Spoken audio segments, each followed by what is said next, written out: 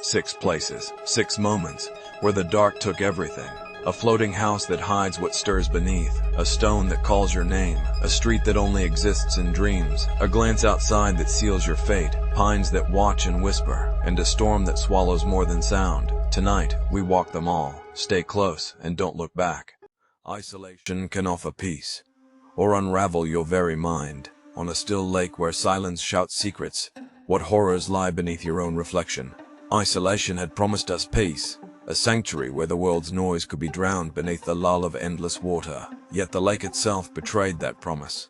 Its silence did not soothe, it screamed, a dark, suffocating truth cloaked beneath its seemingly still surface. We were 3, Gabriel, Matthias and I, chasing escape from the city's relentless pace. 24 hours of sun had slipped into the promises of a 3-day retreat on a floating house moored to a forgotten arm of Lake Paranoia. The wooden structure creaked gently as it swayed atop tired barrels tethered to the lake bed, bobbing like some weary beast resting on rust and rot. Its deck, worn smooth by time and weather, beckoned us into a silence so thick it swallowed the smallest sounds whole, like a ravenous void retreating into shadow. The air clung to the damp scent of aged wood and cold, clear water, an icy chill that settled over skin and bone like a whispered warning from something ancient and unseen. Approaching the moss-covered pier felt like entering a bruise on the landscape, a mottled patch of stone and decay, slick with early dusk's moisture. The boatman was a wraith in the failing light. His eyes, pale and vacant, reflected a motionlessness, not of this world. Still waters mirrored his gaze, holding a terrible secret beneath. "The lake swallows things it shouldn't," he murmured, voice hollow and fading, as if his words drifted beneath the weight of the dying day itself. They hung in the air, fragile echoes folding softly into the deep press of dusk.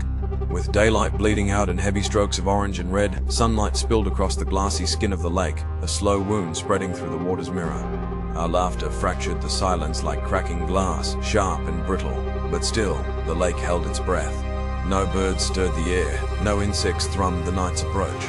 Only the relentless pulse of stillness pressed deep into our ears, a silence so absolute it became a physical presence, dense, pressing, imbibed with a latent menace. And then, as night dragged its wet metal claws across the horizon, the atmosphere shifted. Something scraped against the barrels beneath us, a cold, grating sound that rang sharp and unnatural. Fingers, phalanges tapping an eerie rhythm on the hull.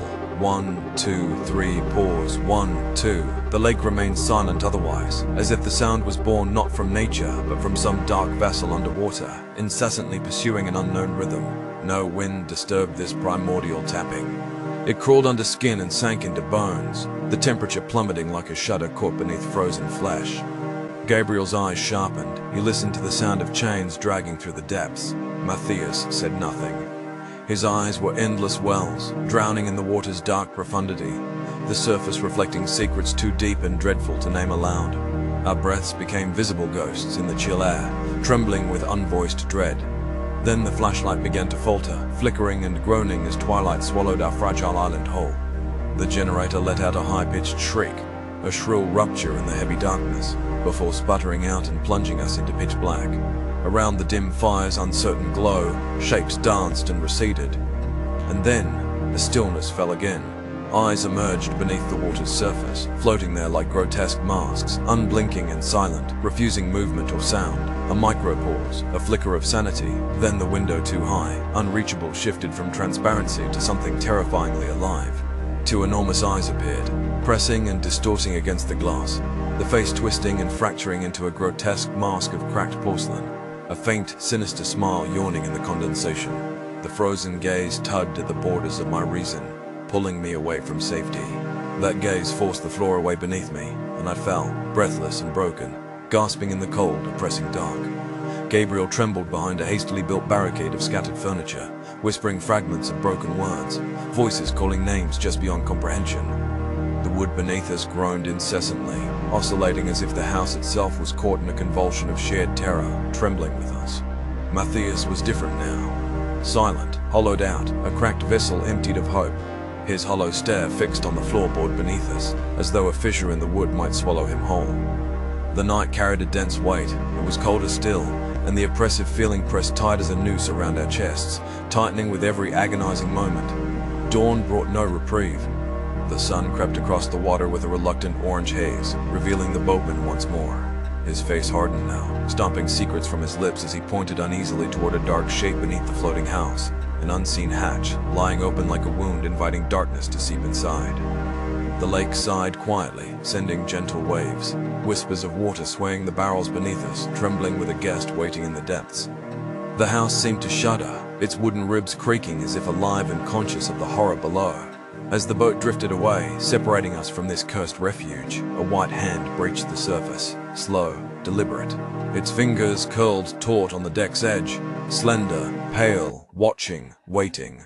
Like a silent sentinel of the drowned, it held us captive with a gaze as cold and dark as the lake itself. The night returned, colder and closer than before.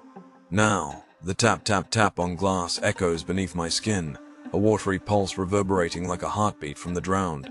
It's a chilling reminder that some depths are not meant to be reached, some reflections warped and twisted, hiding truths that claw behind our own faces. Silence is never empty here. Listen closely. When it falls next, the lake will watch you back, and you will not be alone. Dare to face the depths beneath your own reflection? Share your stories, senses sharpened. Feel the lake's cold eyes closing in and the silence whispering your name. But some dangers don't drift, they wait, carved in stone, calling the curious. The wind howled through the decaying trees, their skeletal branches clawing at the twilight sky. Each gust seemed to carry whispers, secrets of the desolate woods that had long been avoided by the townspeople. They spoke of a malevolent spirit that haunted the forest, a wraith that emerged at dusk and preyed upon the wanderers who dared to trespass beyond the thin trail that led to nowhere.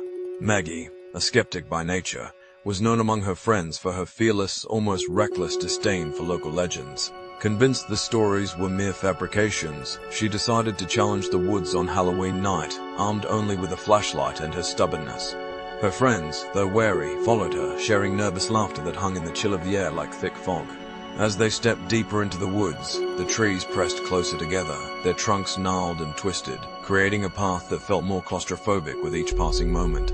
The light from Maggie's flashlight flickered ominously, casting long shadows that danced unnaturally, as if alive.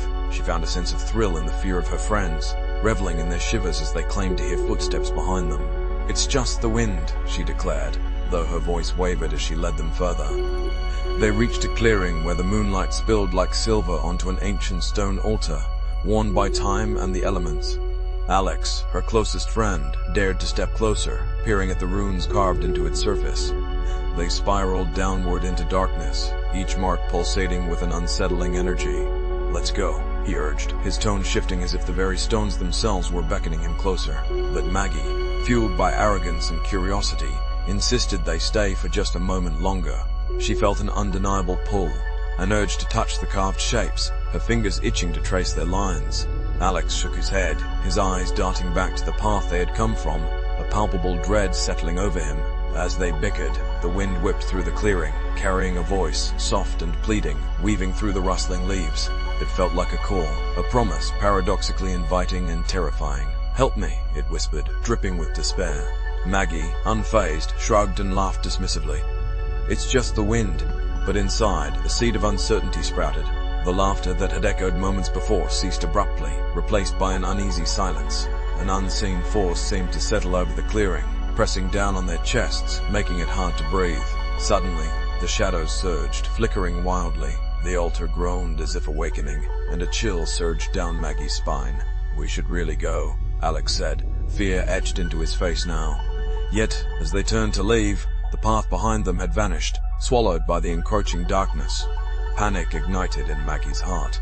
"What the? Huh?" Her words were cut off by the whispers that grew louder, inhuman voices skittering against her mind, melding together in unintelligible chaos.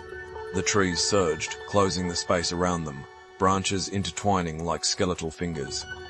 Then, from the shadows, a figure emerged, cloaked in blackness, its form undulating and unnatural. It bore no face, yet felt as if it consumed every fear they ever held. Maggie finally understood. This was no spirit but a manifestation of their collective doubt and fear, a reflection of all that they underestimated, all they have ignored. Screams erupted, echoing through the void, but the sound was swallowed by the forest. As Alex stumbled backward, he fell to the ground, and in that instant, the figure loomed closer. With a flick of an invisible hand, he was dragged into a tree shadow so fierce it seemed to devour the moonlight. "Maggie," he cried, but the echoes tore at her resolve. "Help me." She couldn't move, trapped in a state beyond terror, her own disbelief turning against her as the darkness consumed everything, friends, the path, even her own heartbeat. Finally, in a last surge of energy, she turned to run just as the shadows reached for her. But it wasn't in vain. She burst through the thinning veil of trees, gasping as she stumbled back onto the known trail. She spun around, heart racing, expecting the horrible figure to follow. Yet the woods remained eerily silent, a false calm replacing the earlier chaos. She looked back one last time, where the trees closed tightly without a trace of the altar, or Alex. Only the lingering breeze carried faint whispers, coiling around her like a noose. As she turned to flee, she felt it sink in. The woods didn't keep her friend. It had consumed her fear, her disbelief, and now it wanted her too. The shadows had spoken, and they were still hungry. And when the dark touches you back, even sleep becomes a trap you can't escape.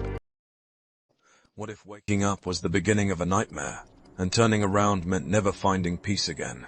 It started like any other night, the hum of quiet settling in as my eyes closed, anticipating the usual swirl of fading thoughts and faint images. But instead of slipping into that familiar blur, I found myself suddenly standing in the middle of a street I didn't recognize. Footsteps propelled into silence, the air unmoving. The pavement beneath me was slick, as if someone had spilled oil across its surface.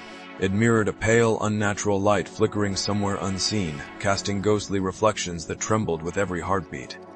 Around me, no rustle, no wind to carry whispers, no soft murmur of life, only an oppressive stillness. Felt like the night itself was holding its breath. I began to walk.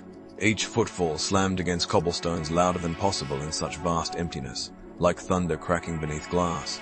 The houses surrounding me were unsettling in their sameness. Each one clung to a haunting uniformity. 2 windows framed by tired wooden shutters, a dark red door sealed tight, and behind the glass, curtains that moved. No, swayed faintly as though released from some invisible tug. My chest tightened when I sensed eyes watching me. But every time I forced my gaze onto a window, the curtains jerked still, frozen like frozen memories refusing to reveal their secrets. I told myself, this is only a dream.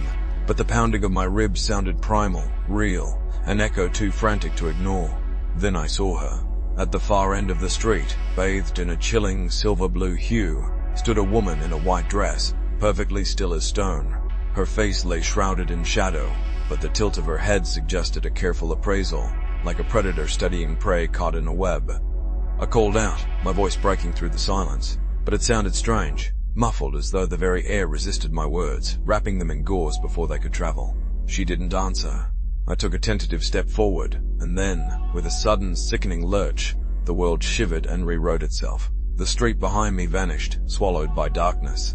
The houses bent and stretched unnaturally, walls twisting and elongating like reflections in warped, trembling glass, their doors yawning open to empty black voids that swallowed light. A low, grating hum emerged, filling the air with a vibration that sank deep into my bones, cold and relentless. I realized with a grim shock that I wasn't breathing, chest tight, lungs clenched, yet there was no need. An icy dread settled in, something primal. She moved now, slowly, deliberately, her bare feet gliding soundlessly over cracked stone. As her figure drew closer, the shadows peeled away from her face. Eyes, 2 wide pupils shrunk to pinpricks like shreds of darkness held in a pale orb, and a mouth curled into an almost smile, a knowing grimace that seemed to mock my frozen terror. Her hand stretched toward me, slow and inevitable. I wanted to run, to flee desperately from the encroaching nightmare, but my legs refused their command, rooted like ancient trees in poisoned soil. Her fingertips brushed mine, cold as the void itself, and in that instant, a weight slid into my palm, a key, small and leaden, icy enough to seep through my skin and churn beneath my bones. I looked down at it, the cold biting through the flicker of my fading awareness. Then, abruptly, I woke up. Gasping, drenched in sweat, heart hammering against ribs as if seeking escape. Relief came like a wave crashing on a shore, until my gaze slid to the nightstand. There it lay, the key. Dry breath lodged in my throat. I lifted it, feeling again that same oppressive cold, a weight that pulsed with secret hunger. Before I could even process the terrifying truth, the bedroom door creaked open slowly, an uneven sound, like whispers cracking beneath brittle bone. I spun around, expecting someone, anything, but met only the endless black of the hallway beyond. Then, that hum returned, louder, deeper, vibrating through walls, floors, twisting the familiar into a cage. My vision blurred, colors bleeding into shadows, edges melting like melting wax, and the world dissolved beneath me again. I was back on that street, where nothing had changed. The houses stood identical, curtains swaying like slow breaths exhaled into cold night air. But this time, the woman wasn't far off at the street's end. She was behind me. I felt the brush of her breath against my neck, like a cold whisper carried on a stale wind, and then her voice, low, threaded with ice, threading through my skull. You never woke up. A scream clawed at my mind, but lips were sealed tight. Would you dare turn around if you heard breathing? Slow, certain, chilling. So close it promised the darkness would consume everything. Dare to confront what lurks when you least expect it. Feel the weight of the unseen and listen for the whispers behind your back. Experience echoes beneath the quiet, and decide for yourself, would you turn around? But some things don't wait for dreams. They find you, staring back through the window. One look outside your window changes everything. Sometimes into a nightmare you can never forget. Sometimes, the smallest act, just a glance beyond your window, shifts the world beneath your feet, twisting it into a landscape where fear seeps through every crack. Imagine sitting alone in your dimly lit room, the soft glow of a single lamp casting elongated shadows that dance uneasily along the walls. The air feels unnervingly still, slightly colder than usual, brushing icy fingers down your neck. Then, a sudden noise fractures the silence, a faint scrape, a whisper caught on the wind. Your heart shudders as if jolted by an unseen presence. You turn toward the window. The glass is cool and damp under your fingertips, the faintest mist curling along its edges as if the night itself exhales in anticipation. Outside, darkness stretches like a living veil, porous and watching. Shapes shift in the gloom with unnatural grace, shadows that writhe and slither without source, defying logic and reason. A silhouette lingers too still, too precise, a figure tethered neither to light nor solid form. Curiosity tugs, a thin thread pulling your gaze longer, deeper into that spectral tableau. The shadows flicker like smoke caught in a breeze, wrapping around the silhouette until it feels less a figure, more a nightmare taking shape. An acrid scent creeps in through the tiniest crack, a bitter mixture of cold earth and something metallic, like old blood or rusted iron. Your breath catches, visible in the chill that tightens the room, as though the window breathes out the very essence of dread. A low, barely audible pulse begins, your heartbeat sinking with the darkness beyond. The atmosphere thickens, the air hanging heavy, as if the house itself leans in, listening. You feel the walls closing, the ceiling inching downward, the room shrinking to a suffocating pocket where time slows and fear amplifies. Your skin prickles with goosebumps as a silent scream rises in your mind. Turn away, escape before it's too late. A tremor slides through your chest, the sinking feeling coils deep, a cold vise tightening along your spine. The figure's presence presses in, an intrusion writhing at the edges of reality and nightmare, challenging the fragile divide between inside and out. The window fogs beneath your breath, blurring your vision, distorting the shifting shadows until they twist into grotesque shapes, mirror cracks fracturing your hope. You reach out, pulling the curtain closed with a whispering shudder. The fabric falls heavy, muffling the world beyond, but not the ominous pulse you now carry inside. Something out there saw you. It marked you with silence thick enough to choke. The house exhales a long, slow breath. The shadows retreat, but linger in the corners like venom waiting to strike again. Seconds stretch, crushing in around you. The room feels heavier, darker, as your own heartbeat echoes louder than any outside noise. The stillness is no longer calm. It is a suffocating pressure, tightening fingers wrapped in velvet, squeezing hope until it dissolves. That glance was never just a glance. It was an invitation, an open door in a place where doors aren't meant to open. Now, the night watches you with patient hunger. The room's cocoon has turned into a cage, and the cold figure outside, it waits. Earlier, soft shadows played idly across the glass, slipping like cold smoke. Now, the darkness has thickened into an ink-black shroud, a sentient veil that pulses with the cadence of your dread. The window no longer reflects your face. It shows the silhouette, the watcher, twisted and vast, a monstrous echo of that first frozen shape. You press your hand against the cool glass, the cold bites, seeping through your skin as if the night itself wishes to pull you through. The air carries the faintest whisper, a ghost of the metallic scent, as if reality itself were bleeding. The flicker of movement beyond becomes an endless stretch of shadows, hungry, patient, inevitable. Outside your window, darkness waits with praised patience. Inside, your breathing slows, but the terror grows. An oppressive symphony between what is seen and what is felt, where inside and outside dissolve. The house is no sanctuary. It is a sentinel, a prison forged from your own fear. What would you do if you saw that? Would you dare to look again, to confront the shadows that distort your world? Or would you bury your eyes, bolt the curtains, and hope the silence swallows you whole, so no shape or whisper could ever find purchase in your life? In the fading light, the question lingers like a cold breath on the neck, the final chill before darkness claims you utterly. If a glance outside your window ever left you breathless, share your story below and follow for more tales that lurk in the shadows. And beyond the glass are woods that watch and wait for you to lose each other. They sought refuge, but the cabin and the whispering woods had already chosen their fate. As the dying sun bled behind jagged mountain teeth, its splintered fingers clawed at the weathered cabin, casting long, ominous shadows that writhed like darkened veins on peeling wood. Maya, Liam, and Sophie stepped inside, frail hopes cracking like brittle ice beneath their boots. The pines, towering and suffocating, scraped the bruised autumn sky, their whispers curling in fog that slithered like restless ghosts through the underbrush. Damp cold gnawed beneath worn blankets, an icy breath seeping into skin, biting with relentless hunger. A sudden gust hissed through cracked window panes, delivering the oppressive scent of damp earth tangled with sharp pine resin. The forest's slow exhale, laden with silent menace. Sophie's voice trembled, barely cutting through the whispering wind. "Do you hear that?"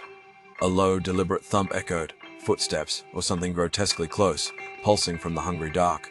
Liam's scoff faltered, eyes darting into the thickening shadows. The air between trees rippled, alive, watchful. Flickering amber flames cast trembling light, revealing Maya's darting gaze catching wraith-like shapes just beyond the fire's limited reach.